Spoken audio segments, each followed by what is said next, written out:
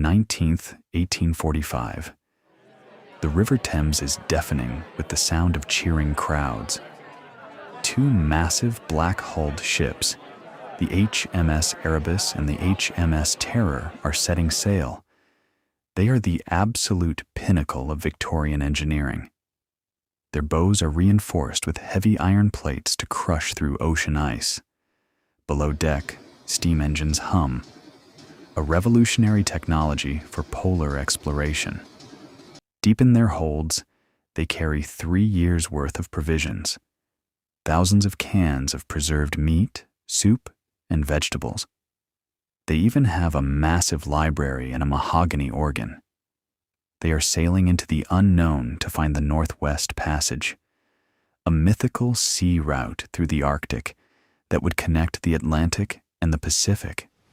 The commander is Sir John Franklin, an experienced and respected explorer. The 129 men on board feel invincible. They are the British Empire, and nature is just another obstacle to be conquered. By July, they reach Baffin Bay, off the coast of Greenland. 2 whaling ships spot them waiting for the ice to clear before entering the labyrinth of the Canadian Arctic. The crews wave to each other across the freezing water. It is the last time anyone from the civilized world will ever see them alive.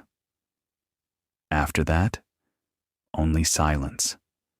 The Erebus and the Terror vanish into the white abyss. The Arctic is not just cold. It is a predator. It waits. In the winter of 1845, the expedition anchors at Beechey Island to wait out the dark months. It is here that the first cracks in their invincibility appear. 3 young sailors die and are buried in the frozen ground. But the expedition pushes forward the next summer, sailing deep into the Victoria Strait. Then, in September 1846, the ice closes in. But this time, it doesn't just freeze around them, it forms an impenetrable concrete-like shell.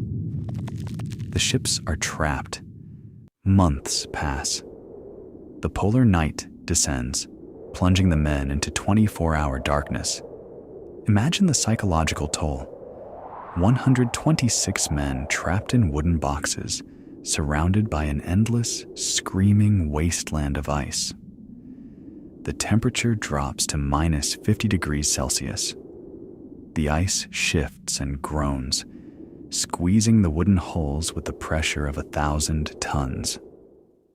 When the summer of 1847 arrives, the men wait desperately for the ice to melt and free their ships. But the sun barely warms the air. The ice does not break. The trap is permanent. As the second winter approaches, something far more sinister than the cold begins to kill the crew. Sir John Franklin, the veteran commander, dies in June 1847. We still don't know exactly how. The command falls to Captain Francis Crozier, but the men are slowly losing their minds and their bodies are decaying. Scurvy rots their gums and opens old wounds. However, the real killer was hiding in their greatest technological advantage, the canned food. To seal the thousands of cans quickly, the manufacturers had used cheap lead solder. With every meal, the crew was ingesting a slow, creeping poison. Lead poisoning destroys the nervous system. It causes severe paranoia, hallucinations, and physical weakness. The invincible crew of the British Empire was starving, freezing, and going completely insane in the dark. By April 1848, the ships have been locked in the ice for a year and a half. 24 men are dead. Crozier makes a desperate, terrifying decision. They will abandon the Erebus and the Terror. They will walk out of the Arctic. On April 22nd, 1848, 105 starving, sick men step off the ships and onto the sea ice. They plan to walk hundreds of miles south to mainland Canada, dragging massive wooden lifeboats mounted on heavy iron sledges.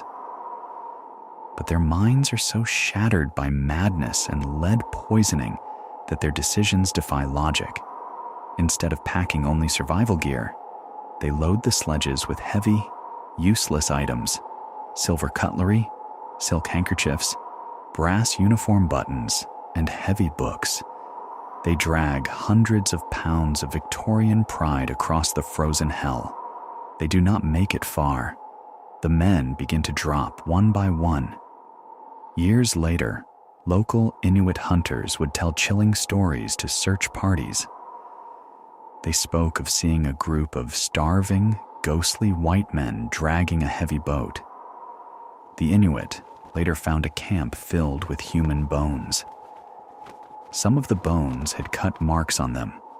The proud officers of the Royal Navy had been reduced to the ultimate taboo: cannibalism. For over 160 years, the fate of the ships remained a mystery.